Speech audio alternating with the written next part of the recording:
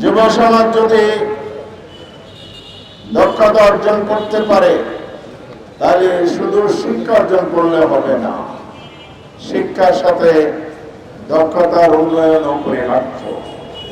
মেধার বিকাশ ঘটাতে হবে, মেধা বিকাশের সুযোগ দিতে হবে। শুধু মেধা বিকাশের সুযোগ দিলে হবে না, সেই মেধাকে যাতে কাজে লাগাতে পারে রাষ্ট্রকে সে দায়িত্ব নিতে হবে। কিন্তু আমাদের রাষ্ট্র বক্তৃতা মারায় ব্যস্ত, আমাদের রাষ্ট্র চাপাবাজিতে ব্যস্ত, আমাদের নেতারা দাঙ্গাবাজিতে ব্যস্ত, চাঁদাবাজিতে ব্যস্ত, লুটপাটে ব্যস্ত। যুব সমাজ নিয়ে কাজ করার সময় সুযোগ তাদের নেই। আমাদের যুবকরা অত্যন্ত মেধাবী, পরিশ্রমী, দেশপ্রেমিক।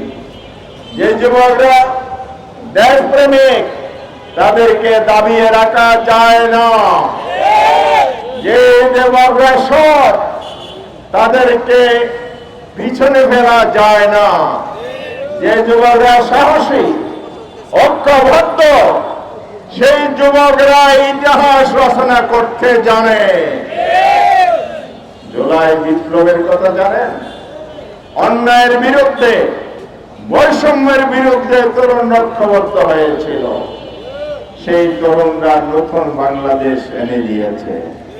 দুর্ভাগ্য হচ্ছে এই নতুন বাংলাদেশ গড়ার যে স্বপ্ন ছিল, আকাঙ্ক্ষা ছিল, সম্ভাবনা ছিল, বর্তমান সরকার সেটাকে ম্লান করে দিচ্ছে।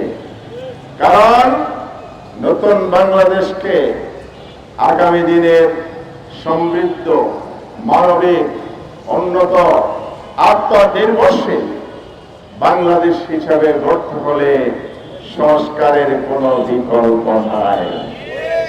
যারা অতীতে আমাদের যুব সমাজকে গুম, খুন, জুলুম, নির্যাতন, অত্যাচারের মাধ্যমে মেধাহীন করে তুলেছে, কোঠার মাধ্যমে সেই বাংলাদেশের পিছনে পড়া এবং রাষ্ট্র ধ্বংস করার যে অপচেষ্টা হয়েছে, রাষ্ট্রীয় কাঠামো ধ্বংস করার অপচেষ্টা হয়েছে, দুর্নীতি, লুটপাট, অর্থ পাচারের যে মহোৎসব করা হয়েছে, সেই বাংলাদেশকে যদি এগিয়ে নিয়ে যেতে হয় তাহলে আমাদেরকে গণরায়, যেটা গণভোটের মাধ্যমে এসেছে, সেটার বাস্তবায়ন করতে হবে।